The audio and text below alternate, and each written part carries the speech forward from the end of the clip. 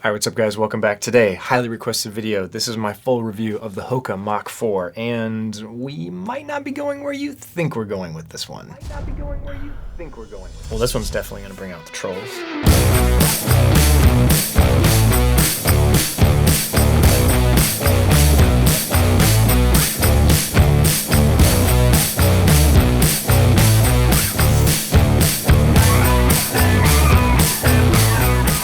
Alright, thank you guys so much for stopping by. Thank you for being patient, waiting for my full review on the Hoka Mach 4. I didn't do a first impressions video on this shoe because it was slightly confusing right out of the box.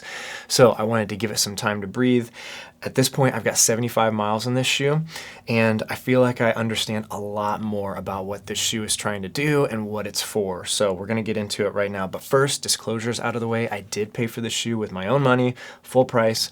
No one sent it to me, so this is my unbiased, honest opinion of this shoe. All right, stack height, 35 millimeters in the heel, 30 millimeters in the forefoot. So this is a pretty high stack height shoe. The weight, Running Warehouse lists a size 9 as 8.0 ounces, but my size 11.5 is 8.99 ounces. So very light. Fits nicely in there with that kind of like high intensity type shoe, or even a race day shoe for a lot of people. But is it really that? According to Hoka, there is a lot of changes from the Mach 3 to the Mach 4, and I didn't run in the Mach 3, so I can't comment on those changes. But just so you know, if you have the Mach 3 and you're looking to upgrade to the 4, it's supposedly a totally different shoe. All right, so first I'm gonna take you on a tour around the shoe, and then I'll start giving you some of my opinions. The upper is an engineered mesh, and I thought it was really nice. It was minimal, it was really comfortable. The mesh is very breathable. With the construction of the upper, you almost have a very low to the ground feel. It's very light. There's not much on the top of your foot. You don't feel any seams on the inside because there really aren't any. The upper feels really nice. Like when your foot is in the shoe, it's almost like completely disappears. You almost don't even feel it anymore. The fit was great out of the box, true to size. Didn't have any problems with that. As I've been experiencing though, Hoka is a little bit more narrow than a lot of other brands, so just keep that in mind. Like I said, the upper just really disappears. It almost just feels like a sock on top of your sock. There was one part that took some breaking in to do, and it's out here on the lateral side. Right here, it's the actual gusset that holds the tongue down to the base of the shoe. Like there's quite a bit of fabric there holding the tongue, and I don't really think there needs to be there. There's kind of some folds and some stitching. First run, it was a little annoying, but after that I got used to it. Through the forefoot, no issues with the toes. It's a really nice shape. Like I didn't have any problems with pretty much anything on the upper of this shoe. All right, now moving back to the heel. So this part is pretty interesting. They call this an anatomical Achilles flare. Is supposed to kind of just disappear away from your Achilles and give you just a really nice sensation as you're going through your foot strike. It is a little bit weird though, because you almost can't feel where the end of the shoe is. I just kept feeling like my foot was almost too far forward in the shoe. The heel cup is really strong, stable. You can't bend this at all. Like it's just totally secure. The tongue is really nice. There's some foam in there and some hole cut out, so it does breathe really nicely. The laces are great. They never came untied. The only thing I do notice with the laces is that they start to twist a lot. So I have kind of had to like undo them once or twice and flatten them out and then relace them. I've never really had that happen with laces before, so that was a little bit weird. But other than that, they stayed tied great. No issues with the laces or the tongue. All right, now let's talk about the midsole. This is Hoka's ProFly system. So it's got two different types of foam in there, and it is supposed to give you like a nice kind of like rocker feel to like get through your foot strike. Hoka does advertise this as being really cushioned. Compared to other brands, I do not consider this like high on the scale of cushion. Like we're talking about like the Asics Nova Blast. It doesn't even come close to that, but it is cushioned enough to get through majority of the runs that you're probably going to use this shoe for. And then the outsole. This is one of my biggest concerns and cautions with this shoe. There is no rubber on the outside. They say that it is a rubberized foam, so it is a little bit stronger than just like their typical foam that you would find in shoes, but it's already wearing out like pretty quickly. I don't think this foam is gonna last very long. I'm just gonna put it out there, and I'll talk about this a couple times during this video. I just think it's an interesting choice not to put any more durable rubber on the outside of this shoe. It also changes the feel quite dramatically while you're running in this shoe. Speaking of that, let's talk about the ride. This shoe is a complete anomaly as far as how it feels. Proprioception, completely different than what I expected. There are several parts of a shoe that you are used to feeling, and they're just not there in this shoe. First, the heel. It's a very different feeling with this large swoop out. It's really hard to tell where the shoe ends. The outsole is silent. There's no slap back from the pavement because there's no rubber on this shoe. The feedback loops, like we're used to hearing the slap of the pavement because there's usually rubber on the bottom of shoes, and you just don't really hear that in this shoe. You're used to feeling the heel cup tighten around when you're taking steps, and it just really doesn't happen in this shoe because of this Achilles back here. It's taken me a while to get used to, and I actually can't say that I'm used to it yet. So let's talk about a couple things. Let's talk about the landing. There is a moderate amount of softness here. It's nothing like the Clifton or the Nova Blast or even the Pegasus. Definitely an understated landing.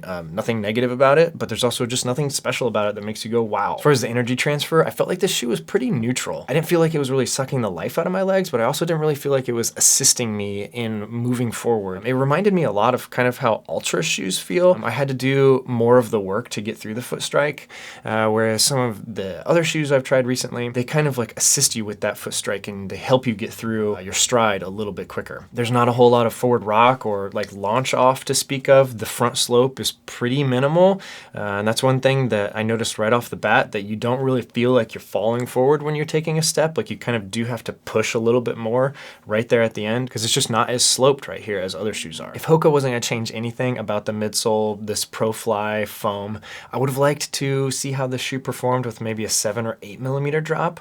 I think that would have been something to really get excited about and something that could have taken this shoe maybe to the next level and maybe helped it live up to the Mach name. But as of right now, with the current 5 millimeter drop and the non-aggressive shape of this toe off, it just feels pretty neutral. The shoe felt fine going up to 10 miles in a single run, and I feel like that, for me, that was kind of like the limit. After about 10 miles, I was kind of ready to get out of it. There's a lot of other options out there that I would pick over this one for a marathon race or even a half marathon. But if you're firmly in the Hoka camp and you love the ProFly midsole and you're looking for a really lightweight, affordable trainer, the shoe will probably work out well for you. But now we gotta talk about the life of the shoe.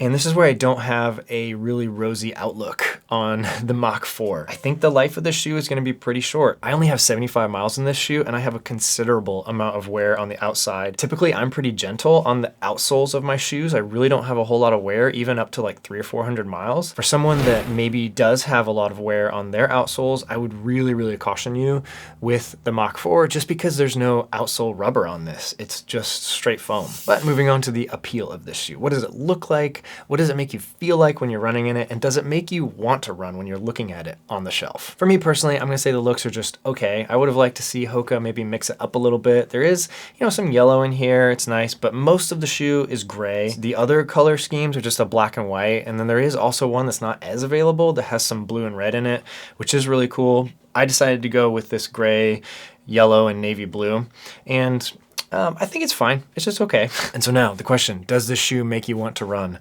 For me, pulling it out of the box, my expectations weren't exactly met, specifically the name, Mach 4.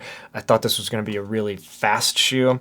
There was so much hype around this Mach 4 that I was just expecting something really special. And so I was kind of confused. That's why I said I didn't do a first impressions video, because I needed to figure out what this shoe was. It really suited me for easy days, recovery days where I just like less than 10 miles. I just wanted something really light on my feet that I didn't really have to think about, that I could just throw on and get out the door for a run. It didn't really work for me for high intensity interval days. I also didn't want to really wear this for my really long run days. There's just a lot of other shoes out there that are much better suited for those types of runs. So what's the deal? Is the shoe worth the price? Is it worth getting right now? And for me personally, looking at this shoe at $130, I would feel better recommending it if it was closer to 100 or 110. I just feel like the current price is putting it up against shoes that are gonna last 2 or 3 times longer than it and are more versatile in my opinion. I wouldn't recommend this shoe for someone if you've never tried Hoka before. I think there's others that you can get into and give you a better first impression of Hoka. But I have to say, this was a tough review to do. I had really high expectations of this shoe coming in, and maybe that was the problem. The shoe was so hyped.